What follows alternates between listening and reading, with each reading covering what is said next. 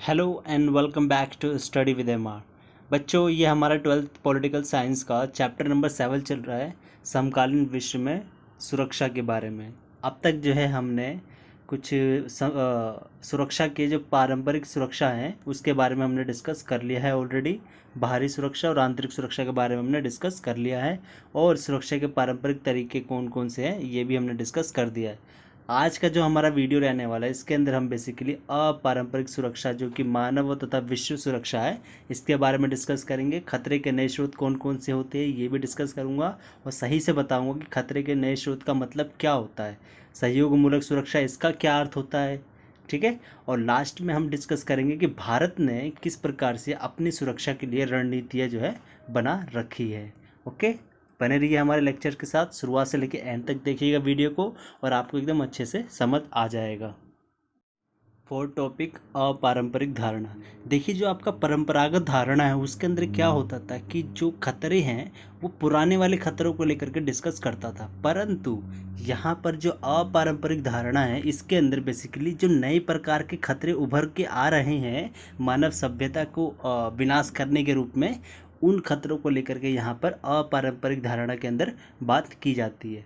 तो यहाँ पर अपारंपरिक धारणा के अंदर किसी एक भू क्षेत्र या किसी एक देश की ना बात करते हुए ये पूरे के पूरे मानव की सुरक्षा की बात करता है, मानवता की सुरक्षा की जो है बात करता है।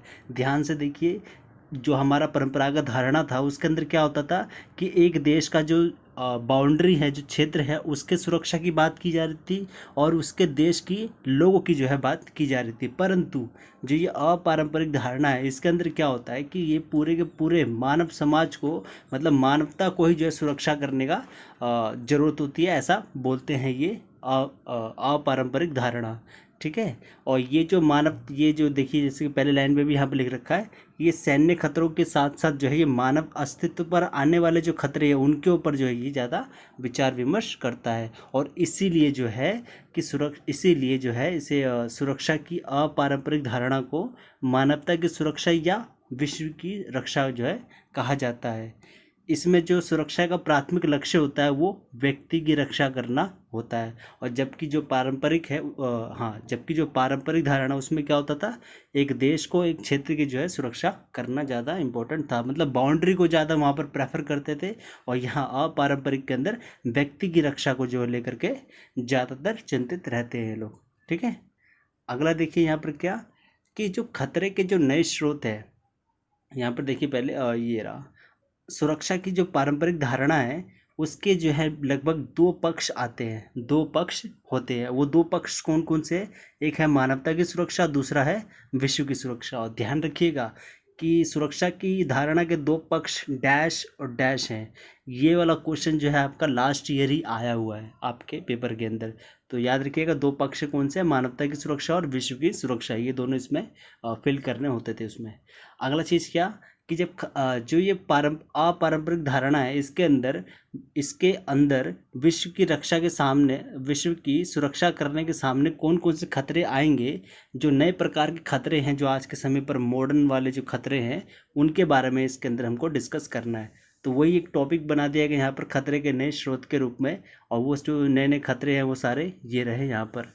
तो इनमें से आप ज़्यादा टेंशन मत लीजिए। आतंकवाद तो आपको पता ही है आजकल बहुत ज़्यादा चल चुका है, और मानवाधिकारों का जो है बहुत ही ज़्यादा स्तर पर हनन होता रहता है। और यदि आपको इनकी इलेबोरेट, मतलब इसका एक्सप्लेनेशन चाहिए हर एक पॉइंट का, तो आप मुझसे नोट्स ले लीजिएगा, उसके अंदर मैंने ऑलरेडी सारा कर रखा है, ठीक है।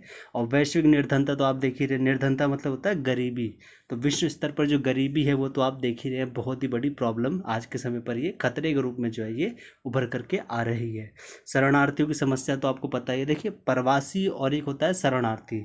प्रवासी वो लोग होते हैं जो अपनी मन मर्जी से एक स्थान से दूसरे स्थान पर जाते हैं, और जो शरणार्थी होते हैं वो एक स्थान से दूसरे स्थान पर जाने के लिए मजबूर किए जाते हैं, तो उनको जो है ये शरणार्थी बोला जाता है। तो शरणार्थी की जो समस्या है आज के पूरे विश्व में, वो भी बहुत ही ज़्यादा एक खतरे के नए स्रोत के रूप में उभर करके आई है। और बीमारियां तो आप जानते हैं, जैसे कि अभी कोरोना वायरस चल रहा है, ये तो मतलब माशाल्लाह वाली सिचुएशन आ रखी है।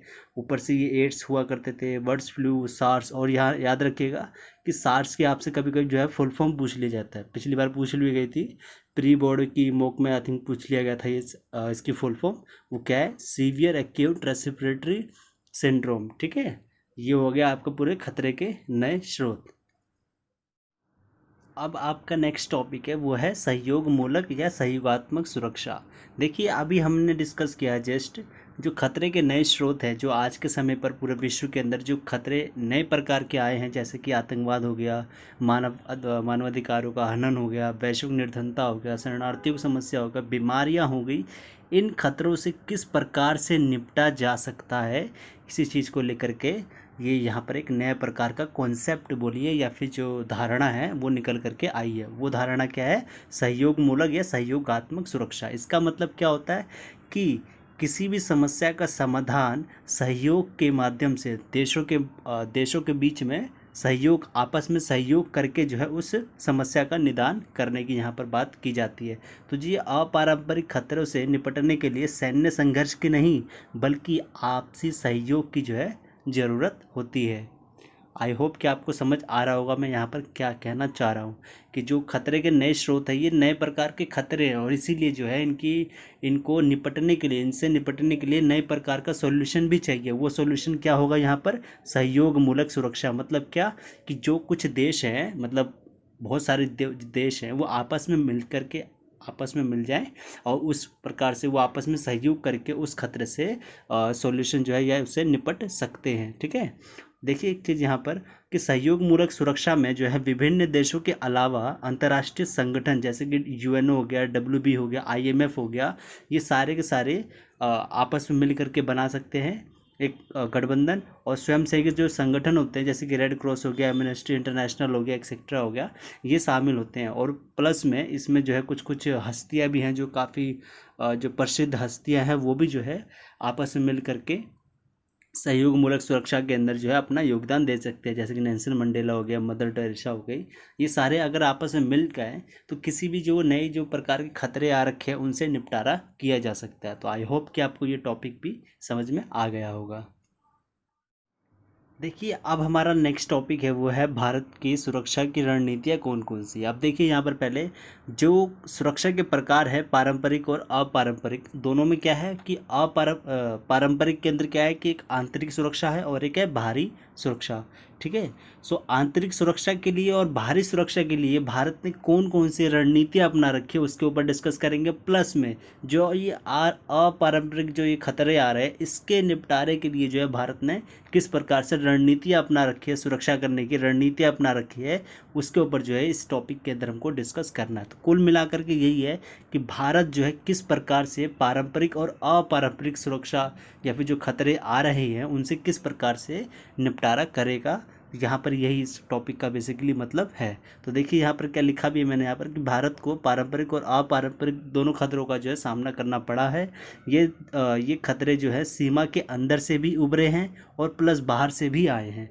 तो भारत की सुरक्षा रणनीति के जो है बेसिकली 4 जो है बड़े घटक होते हैं, और वो 4 घटक कौन कौन से हैं वो अभी दिखा देता हूँ मैं आपको।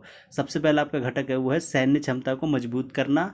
दूसरा आपका हो जाएगा अंतर्राष्ट्रीय नियमों व संस्थाओं को मजबूत करना। तीसरा है आपका देश की अंदरूनी सुरक्षा समस्याओं से निपटने की तैयारी।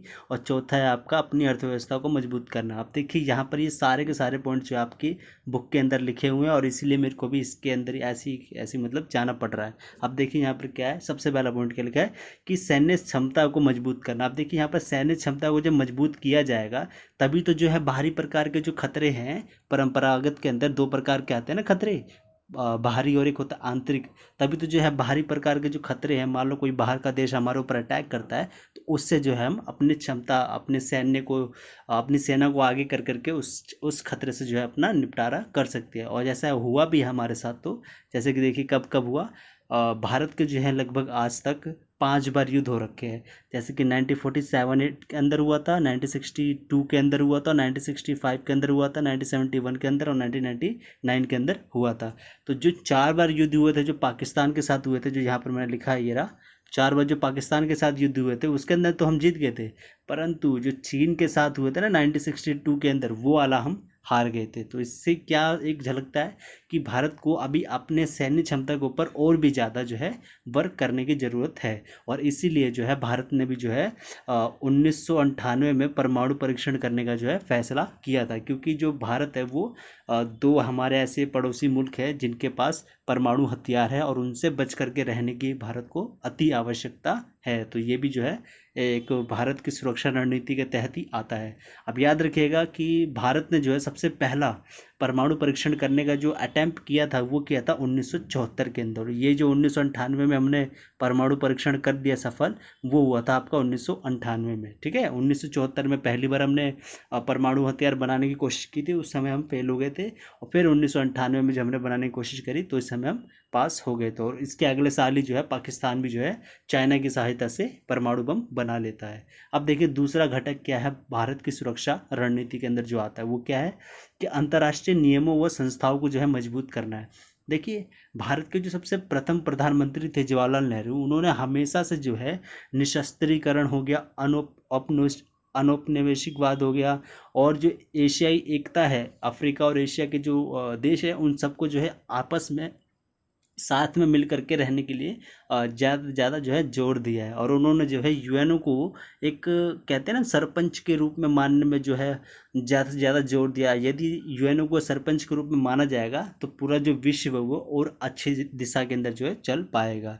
और भारत ने आपको पहले बता ही दिया मैं कि निशस्त्रीकरण का जो है बहुत ही भरपूर जो है समर्थन किया भी है। और भारत ने जो है 1993 में जो रासायनिक हथियारों पर प्रतिबंध लगाने की संधि हुई थी उस पर हस्ताक्षर भी किए हैं। ठीक है, तो ये कुछ पॉइंट्स हैं जिसके वजह से जो है भारत काफ़ी माना जाना जाता है। अगला चीज़ क्या है, जो भारत का जो तीसरा घटक वो है देश की अंदरूनी सुरक्षा। जैसे कि बाहरी सुरक्षा तो हमने देख ली कि अपनी सेना को मजबूत करना है, और तीसरा हमारे यहाँ देख रहे हैं कि अंदरूनी जो सुरक्षा होती है, जैसे कि ये जैसे जातीय स्तर पर जो लड़ाइयाँ होती हैं, सांप्रदायिक दंगे होते हैं, ये नक्सलवाद हो गया, नॉर्थ ईस्ट वाले जो आपस में अलग होने की हमारी बात करते हैं, इन चीज़ों से कैसे निपटारा पाया जा सकता है इसके बारे में यहाँ पर डिस्कस किया जाता है। तो ये देखिए यहाँ पर लिखा भी मैंने, नागालैंड हो गया, मिजोरम हो गया, पंजाब हो गया, कश्मीर हो गया, ये कुछ ऐसे देश है, ये कुछ ऐसे राज्य हैं हमारे देश के, भारत के देश के, जो कि हमारे लिए खतरा है और ये बार बार जो है अलग होने की जो है बात करते रहते हैं। तो इसलिए जो है इसमें क्या होता है कि भारत ने क्या कर रखा है कि लोकतांत्रिक राजनीतिक व्यवस्था को जो है अपना रखा है, जिसके माध्यम से जो ये लोग हैं, जो इनके जो समुदाय के लोग हैं, विभिन्न समुदाय जन समूह के जो लोग हैं, इनके शिकायत कौन कौन सी है, इनको एक चांस दे रखा कि आप खुल करके उन सभी चीज़ों को आगे आगे जो है ला करके बोलिए, और सत्ता में जो है आप भागीदारी भी ले सकते हैं। मतलब कि आप राजनीति में आ करके आप उन्हीं समस्याओं का समाधान भी कर सकते हैं। यहाँ पर ये तीसरा अंग जो है भारत की सुरक्षा रणनीति के अंदर आता है। अब चौथा अंग देख लीजिए। देखिए भारत के अंदर बहुत सारी समस्याएं हैं, जैसे गरीबी है, भारत के अंदर करप्शन है, बहुत सारी ऐसी समस्याएं हैं जिसका निपटारा करना अभी हमारा बाकी है। और कुछ ऐसी समस्याएं हैं जिनका निपटारा केवल तो केवल पैसों से, मतलब अर्थव्यवस्था को ठीक करके ही जो है किया जा सकता है। तो इसमें हमने क्या कर रखा है कि लोकतंत्र के अंदर जो हमारा आर्थिक पहलू है उसको जो है यहाँ पर खंगालने की जो है कोशिश करी है, ढूंढने की जो है कोशिश करी है। समाज के जो कमज़ोर वर्ग है उनके लिए, समाज के कमज़ोर वर्गों को ऊपर उठाने के लिए कुछ विशेष उपाय जो है किए गए हैं, ताकि वो जो है आगे चल करके विद्रोह या विरोध जो है करना ना स्टार्ट कर दे। जैसे कि उनके रोजगार के लिए कई नए प्रकार की जो तकनीकें हैं उनका विकास किया गया है, और उनके लिए जो है स्वास्थ्य, प्राथमिक शिक्षा जो आपका प्राइमरी स्कूल होता है उसके लिए, और जो पानी पीने, जो साफ पानी पीने वाली जो व्यवस्था होती है वो, रहने के लिए जगह और सड़कों का जो है निर्माण किया जा रहा है। और जो मनरेगा जो आपने स्कीम सुना होगा, महात्मा गांधी राष्ट्रीय ग्रामीण रोजगार योजना, इसके तहत क्या होता है कि हर एक ज़िले में, भारत के अब तक जो जितने भी ज़िले हैं उन सभी में प्रत्येक ग्रामीण परिवार के एक व्यक्ति को वर्ष में 100 दिन का जो है रोजगार दिया जाता है। अब जब ये 100 दिन का रोजगार मिलेगा तो ऐसा ये संभव है कि कोई भी व्यक्ति जो है बेरोजगार वहाँ पर नहीं रहेगा, और इससे जो है उस फैमिली के अंदर फ्रस्ट्रेशन नहीं आएगा, गुस्सा नहीं पनपेगा, जिससे कि वो विद्रोह करना ना स्टार्ट कर दे। ठीक है, तो ये यहाँ पर आपका पूरा क्लियर हो गया टॉपिक। देख लेते हैं आपका शॉर्ट में क्या लिखा है यहाँ पर। देखिए ये रहा। जैसे कि हमने पहले बात किया था कि भारत की सुरक्षा की कौन कौन सी रणनीतियाँ, तो ये आपका पारंपरिक और अपारंपरिक को जो 2 कैटेगरीज के अंदर बांट करके देखा गया है। तो सबसे पहला जो है आपका सैन्य क्षमता को मजबूत करना है, ये किसके अंदर आ जाता है आपका, जो बाहरी रूप से खतरे आ रहे हैं। पारंपरिक के अंदर 2 होते हैं ना, पारंपरिक और एक होता है सॉरी बाहरी और एक होता है आंतरिक। तो बाहरी के लिए निपटारे करने के लिए सैन्य को मजबूत करना, हमको सेना को मजबूत करना है। और तीसरा आपका यहाँ पर देख सकते हैं, ये अंदरूनी जो समस्याएं हैं उनको किस प्रकार से निपटारा किया जा सकता है, वो यहाँ पर हमने देख लिया। तो ये परंपरागत आपका कंप्लीट। अब यहाँ पर जो है हमको अपरंपरागत जो खतरे हैं, जो खतरे के नए स्रोत हैं, उनसे किस प्रकार से निपटारा पाया जा सकता है, उसके ऊपर डिस्कस करना। तो यहाँ पर आप देख सकते हैं कि अंतर्राष्ट्रीय स्तर पर जो है देशों के बीच में एक सहयोग वाली भावना उत्पन्न करवाना है कि आप सभी के सभी साथ रहिए, तभी आप किसी समस्या का निपटारा कर सकते हैं। और यहाँ पर आप देख सकते हैं पूरा हो गया आपका। ठीक है, आई होप कि आपको ये वीडियो अच्छी लगी होगी। Please like share and subscribe my channel. धन्यवाद।